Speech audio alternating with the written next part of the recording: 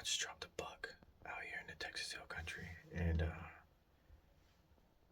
I wanted to kind of show what I'm using, the distance I'm shooting, and how effective this weapon is and the caliber is. So I'm gonna flip the camera around so you can see the distance.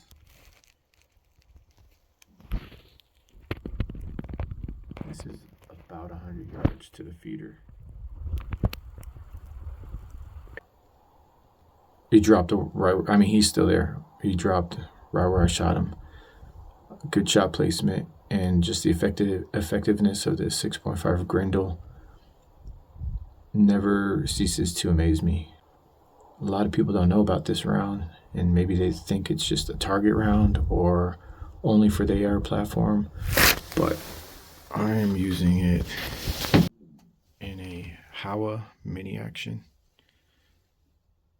This is the one with the heavy barrel. I wouldn't say it's very heavy, but they call it the heavy barrel. And just an old Nikon Pro Staff 3-9 by 40. I'm using the Hornady ELD-M black round. That's what I've used exclusively for about the last 5 years, and it just hammers deer and hogs, and great round. So I'm gonna get up to that deer, get a little bit more footage so we can see what this round does to these this size animal.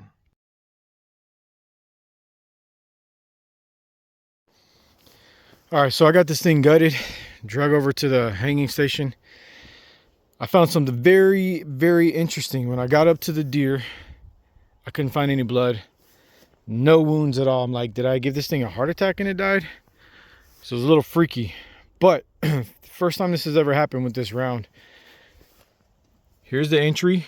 There's no, I couldn't find where it entered, somewhere in the shoulder, but came in here, went out here, never exited the deer, so it's probably embedded in the hide somewhere. You can still see steam coming out of this thing, but both lungs were completely obliterated. I usually go for double lung shots on my deer. I've had great success with that methodology, and yeah, this is the first time that I didn't get it through and through. Normally there's a tiny little hole on this side, and obviously a much bigger hole on the opposing side, but yeah, this is the first time. I mean, there's still, I can't see where it went in. Somewhere, oh, right here. I think I found it right in the shoulder. Yeah, that's it. I usually aim right behind the shoulder. I like quartering away shots. That way, if I do get a bad shot, it goes towards the front of the animal instead of the guts.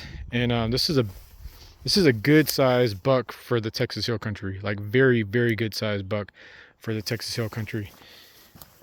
He's got a nice rack on him,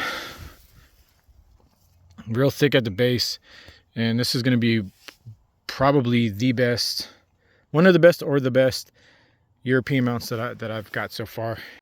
I was able to recover the round out of the animal, out of the opposing shoulder. So this is the copper jacket. I was able to get some of the petals that came off of it, as well as some of the lead from inside, but I did not find any of the polymer tip inside the animal.